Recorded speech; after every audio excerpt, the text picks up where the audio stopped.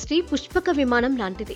ఎంతమంది కొత్త హీరోయిన్స్ వచ్చినా మరో హీరోయిన్స్ కు చోటు ఉంటుంది. హీరోలతో పోలిస్తే హీరోయిన్స్ కెరియర్ స్పామ్ చాలా తక్కువే. కానీ కొద్దిమంది హీరోయిన్స్ మాత్రం ఎంతమంది వచ్చినా ఐ డోంట్ కేర్ అంటున్నారు. వరుస సినిమాలతో క్రేజీగా దూసుకుపోతూ అందరికీ షాక్ ఇస్తున్నారు. ఆ లిస్టులో నయనతార ఫస్ట్ ప్లేస్ లో ఉండి తీరుతుంది. ఇండస్ట్రీకి ఎంట్రీ ఇచ్చి 2 దశాబ్దాలు దాటినా ఇంకా హీరోయిన్స్ రేస్ లో నంబర్ 1 ప్లేస్ లో నిలిచి అందరికీ షాక్ ఇస్తుంది. అటు యాక్టింగ్ క్రేజ్ పరంగానే కాదు, ఇటు రెమ్యునరేషన్ పరంగా కూడా భారీగానే డిమాండ్ చేస్తుంది. హీరోలతో సమానమైన రెమ్యునరేషన్ తీసుకుంటూ అందరికీ షాక్ ఇస్తుంది.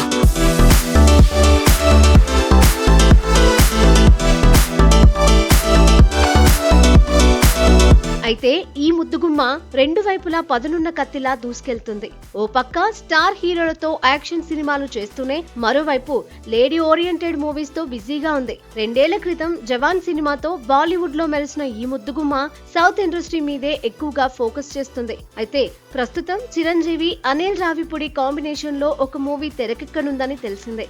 సంక్రాంతికి ముందే డేట్ ఫిక్స్ చేసుకున్న ఈ చిత్రంలో నయనతారను నటింపచేయడానికి ప్రయత్నాలు చేస్తున్నారు. దీనికోసం అనిల్ రావిపూడి ఇప్పటికే కథను చెప్పగా ఆమె ఓకే చేసిందని, కాకపోతే రెమ్యునరేషన్ పరంగా దాదాపు 18 కోట్లకు పైగా డిమాండ్ చేస్తుందని టాక్ నడుస్తుంది. అయితే ఈ రెమ్యునరేషన్ కు ఓకే అయితేనే సినిమా చేస్తానని ఖరాఖండిగా చెప్పిందని టాక్ వినిపిస్తుంది. అయినా కూడా నయన్ కు ఉన్న క్రేజ్ దృష్ట్యా ఈ రెమ్యునరేషన్ ను ఇవ్వడానికి నిర్మాతలు కూడా ఓకే చెప్పారట. ఇక ఇప్పటికే చిరుతో సైరా నరసింహారెడ్డితో పాటు గాడ్ ఫాదర్ చిత్రాలలో నటించిన నయనతార ఇప్పుడు చిరంజీవితో 3వ సారి ఎలాంటి మ్యాజిక్ చేయనుందో చూడాలి. ఇక అనిల్ రావిపూడికి కూడా చిరు సినిమా కత్తి మీద సాము లాంటిదే. ఎందుకంటే గతంలో సంక్రాంతికి వస్తున్న చిత్రంతో రీజనల్ గా 300 కోట్లకు పైగా కలెక్షన్స్ సాధించి అందరికీ షాక్ ఇచ్చారు. మరి చిరంజీవి సినిమా అంటే అంతకు మించి రావాలని ఫ్యాన్స్ కూడా భావిస్తారు కదా.